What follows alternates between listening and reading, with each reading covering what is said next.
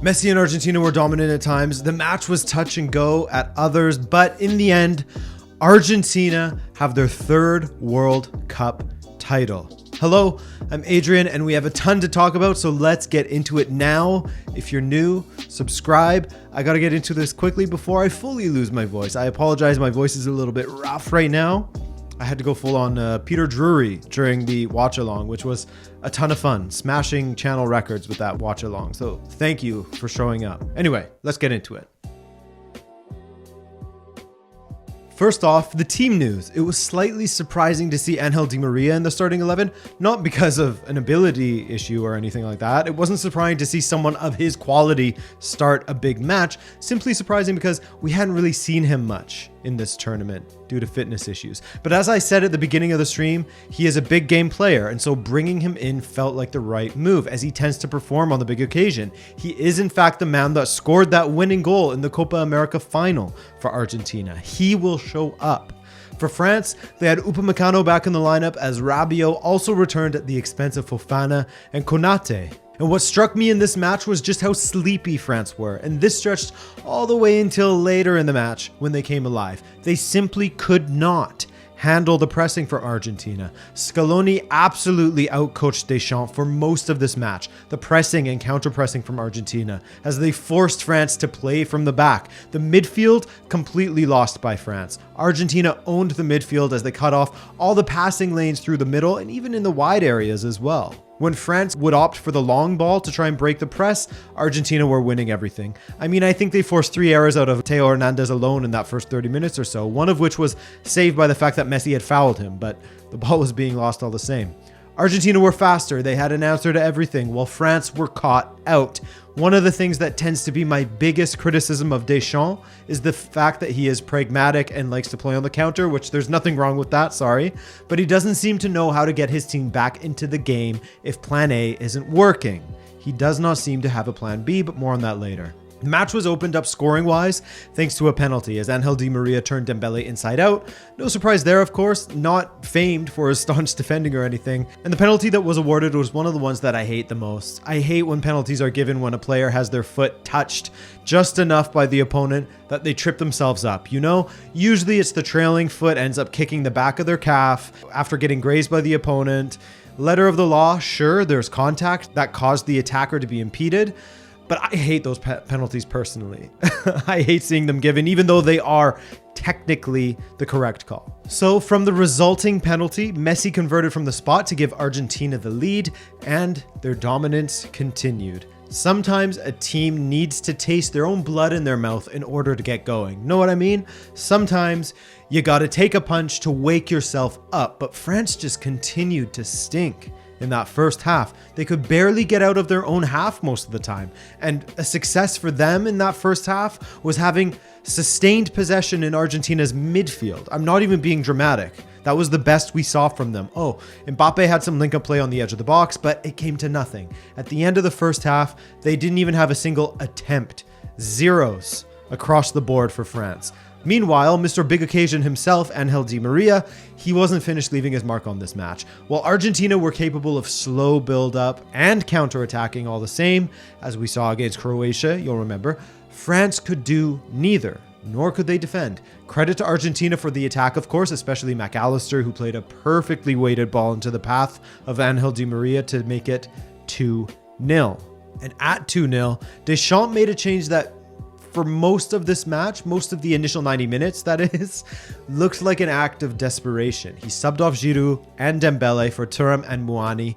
Now, in the end, both of those players were great, and Muani in particular, we'll get to him later, but at the time, and for the time that followed until the late stages, it was difficult to see what Deschamps was trying to do. It felt like he was just throwing everything at the board and hoping it sticks, taking off Griezmann later, taking off Hernandez. There was a moment in the second half where I said to the stream that France were using the circle formation. Argentina plugged up the middle, so France had everyone but their defenders forward, creating 2 half circles with not a single soul in the middle of the pitch for France. And for much of that second half, Argentina were coasting. You know, if I was to be a hindsight merchant, I would say, hey, you know, maybe they were coasting too much and they should have tried for another, blah, blah, blah. But that was just the reality for them. It was too easy for them. There was no signs of life from France at all. But they kind of lulled them into a false sense of security, didn't they? And for 80 minutes, that was the case. France didn't have a prayer. They had one shot on target, actually. They had Muani in the 68th minute who missed. That was their first attempt, and Mbappé in the 71st, who had his saved. And then the penalty came. The penalty itself, similar in style to the penalty that Argentina had won in the first half, close to at least, a tangling of legs, and from the spot, Mbappé steps up and converts brilliantly to give his country a lifeline, and then some. A minute and 37 seconds later, and Thuram does well to place it perfectly padded into the path of Kylian Mbappé, and the ludicrous talent that he is, he hits the ball before it even touches the ground. A very difficult volley that powered past Martinez. I do feel for Martinez. With the penalty, he touched it. With Mbappe's strike, he also touched it, but the quality of the finish took it beyond him. 2-2. Just like that, 90 seconds of madness from France after nearly not showing up for a full 90 minutes. They finally did so in the 80th minute.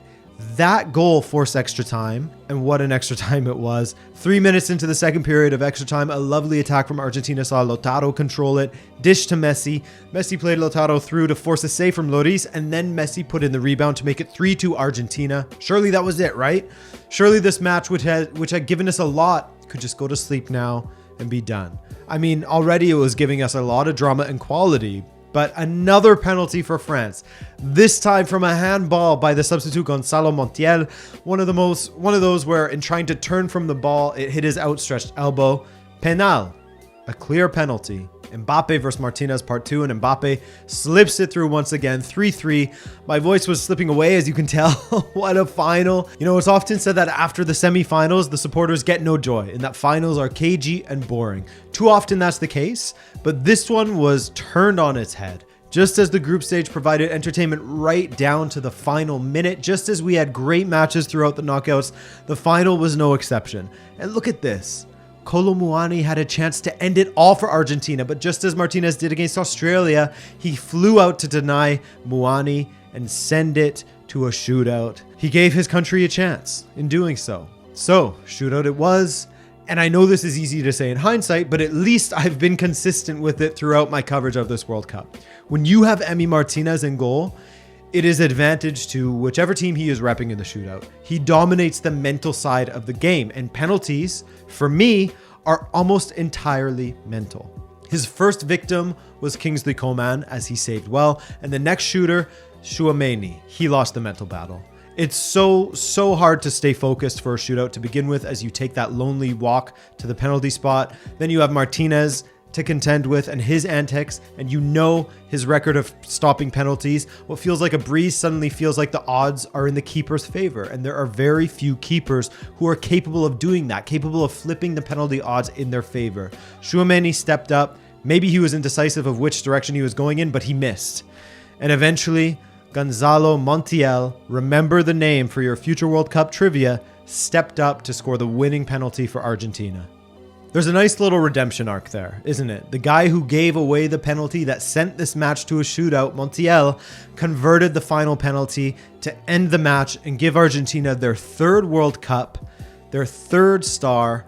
Argentina are champions of the world for the first time since 1986.